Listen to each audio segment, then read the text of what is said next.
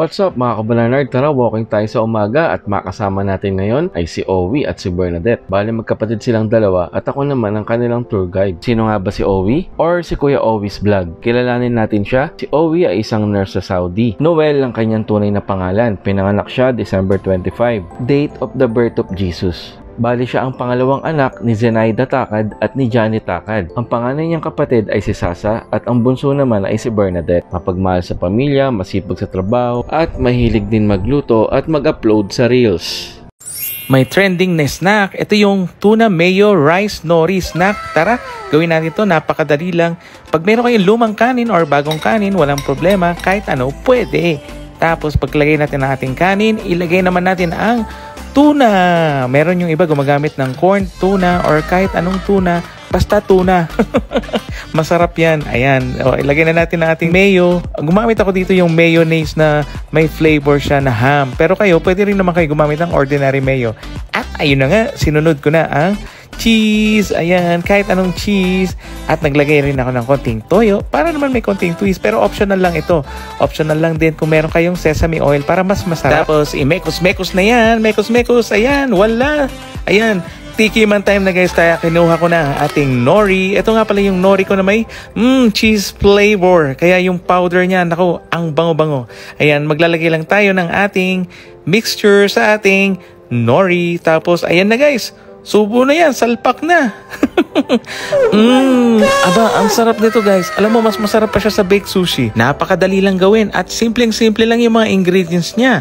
Tapos kung gusto nyo, dagdagin nyo lang ng mangga o kaya ng pipino. Nako guys, grabe. Sold kayo sa snack na to. Thank you for watching. Alam nyo ba guys, magaan nga rin palang kami ni Kuya Owie sa pagpaplantito gaya nito. Ngayon sa aking garden. Ayan, sa garden. So ngayon po ay 5th day or pang-5 araw na po ng day of Ramadan dito sa Saudi Arabia. Kaya past 4 o'clock para ng hapon, so medyo tahimik kasi natutulog pa yung iba. So mamaya-maya siguro mga 6 o'clock pwede na silang kumain. And back tayo sa ating garden. So ayan, nandito tayo uli sa ating garden para bisitahin at may papakita ko sa inyo. Tara! Right guys, so ayan pa rin yung ating mga halaman. Tapos, ayan, meron na naman tayong i-harvest. Tada! May bunga naman siyang talong guys. Actually, marami sila. Marami na naman silang bunga ng talong dito. Ayan o. Ayan, tapos meron pa dito. Ayan, tapos meron pa dito. Ayan. So, ayan, ang sipag magbunga nitong mga talong natin to.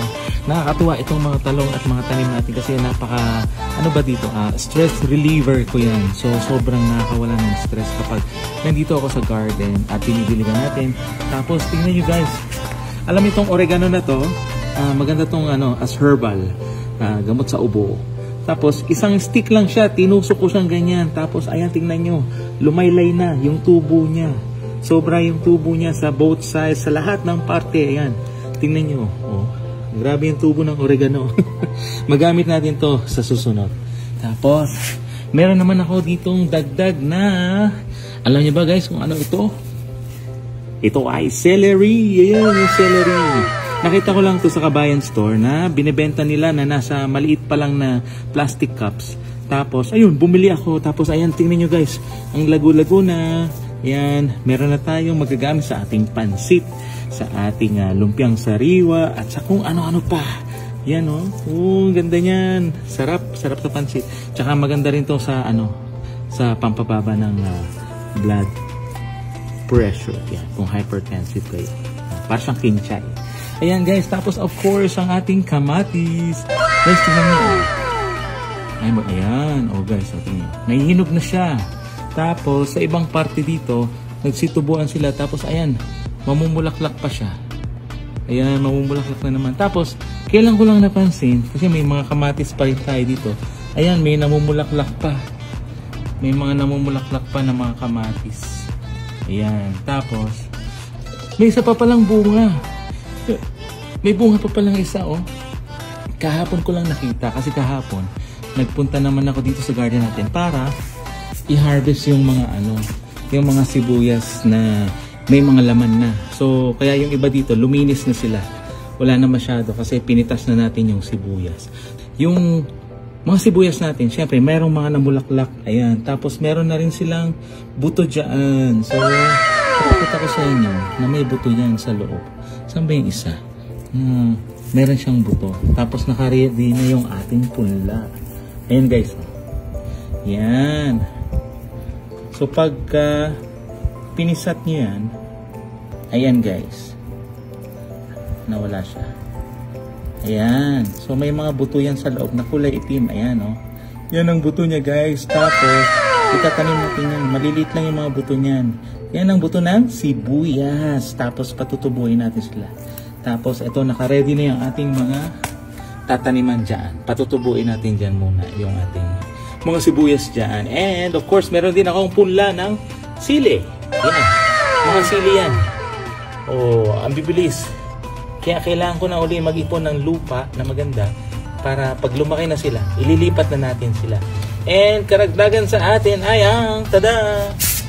Meron tayong ampalaya. Nakapagpatubo na ako ng ampalaya. Yan. Tapos sa susunod, gagapang na yan. Makikita na yun siya. Gagapang ng ating ampalaya. Ayan. So nakakatuwa.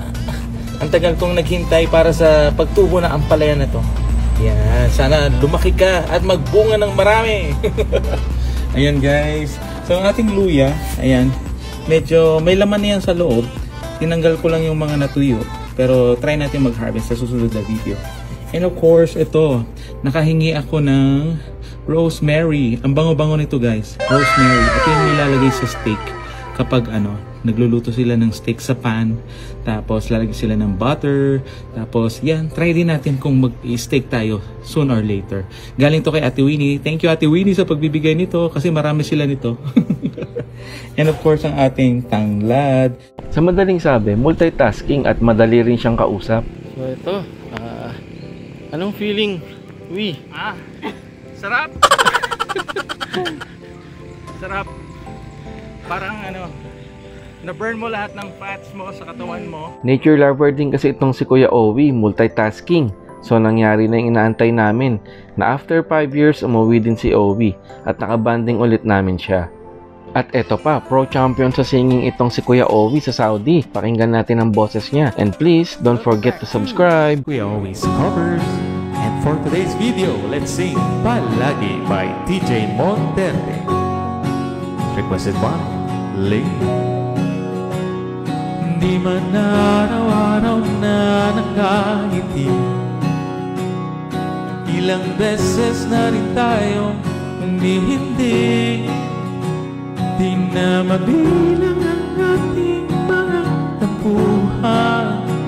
Away ba't di natin di na malaya? Eto tayo, ngunit sa huli palagi babalik pa rin sa yakap mo. Hanggang sa huli palagi pipiliin ko maging sa'yo. Ulit-ulitin man, nais kong malaman mo iyo ako palagi, palagi. Kung balikan man ang hirap, luha, lahat, ikaw ang paborito kong desisyon at pag napaligiran ang higayan ng gulo, di ko pagpapalik hindi mo sa mundo. Eto tayo sa huli palagi babalik pa rin sa yakap mo. Hanggang sa huli palagi pipiliin ko maging sa'yo. Ulit-ulitin man, nais kong malaman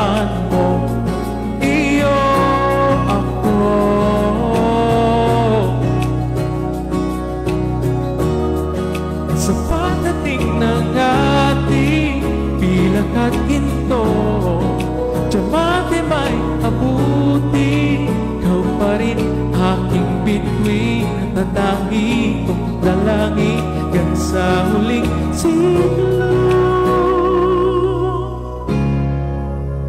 Sa huli palagi babalik pa rin sa yakap mo, mahal. Sa huli palagi pipiliin ko maging sa'yo, ulit-ulitin man.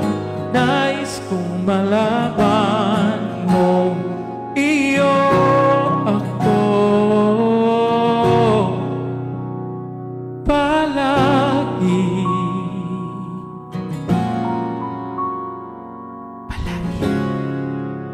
Alright, thank you for watching. See you next time here on Kuya Always Covers. Alright, what's up sa inyo mga kabananerd? Ako ulit to, Jonard Sanggalang, Bananerd Vlogs, and kasama ko ngayon si Kuya Owie Vlogs. Kung hindi nyo natatanong, si Kuya Owie Vlogs is pinsan ko. At yung kasama namin is kapatid niya na si Bernadette.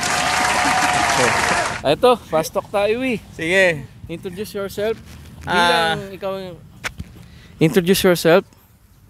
Ako nga pala si Owie, pero ang tunay na kong pangalan ay Noel.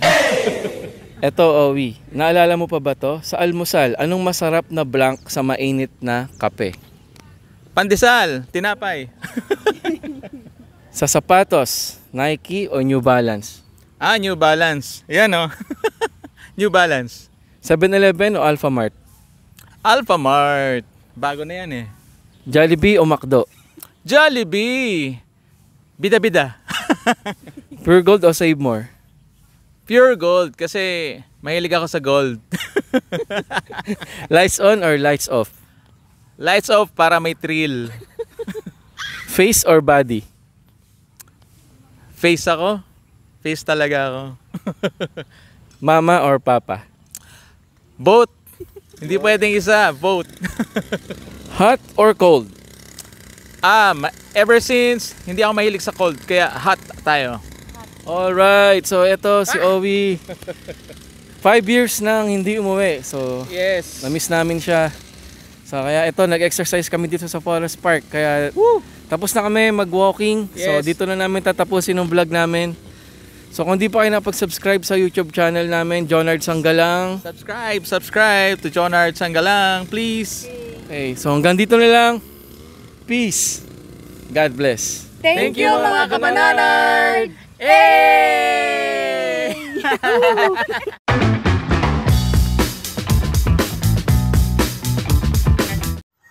Hello, kamusta? Kuya Owie, mga ka-server 9 ko dyan, Kuya Nard, Kuya Marie. Kamusta po kayong lahat dyan? Kay Kuya Owie, welcome back dito sa Pilipinas ulit. Stay healthy and God bless. Hi, Owie! Say hi, Owie! Hi! Grabe, Owie! 7 years na tayo. 7 ba? 8 years na tayong di nagkikita. Kailan ba? Planuhin na. Anyway, andiyan ka na sa military. Parang every 6 months na uwi mo. Yee! Congrats! Mwah, mwah, mwah. Hi, Owie. Hope to see you soon. Good luck sa new journey. At Caleb, say hi, Tito! Hi, Tito. Hi. Flying kiss? Thanks. Mwah. Beautiful eyes. Pakyut, pakyut! Pakyut! Bakit? Smile! Smile! Smile! Bye-bye, we see you Bye-bye. next year. Hopefully, see you next year. Mwah, mwah. Di tayo na pang-abot. Mwah. Love you! Hi, Owie! It's Oneng. So, happy vacation. Sana nag-enjoy ka sa Pilipinas ngayon. I know it's been 5 years last time na umuwi ka sa Pilipinas. I feel you. Enjoy your days with your family and friends. Sana nag-enjoy ka sa Pilipinas ngayon. At spend time for them kasi pagbalik mo na naman ng Saudi, balik ulit tayo sa reality. Ang hirap ng OFW, mawalay sa pamilya, and always take care of yourself. Kasi walang iba tayo nakakasama kundi sarili lang natin pag bumalik tayo sa ibang bansa. So right now, while you're with your family, go on, enjoy, magsaya, at after that, sana magkita tayo, makapasyal ka sa Dubai, ipapasyal kita dito. Walang problema. See you! Hi, at Arlene here. Dito na tayo nagkita, but I hope you will have a good journey ahead. Good luck sa new work mo.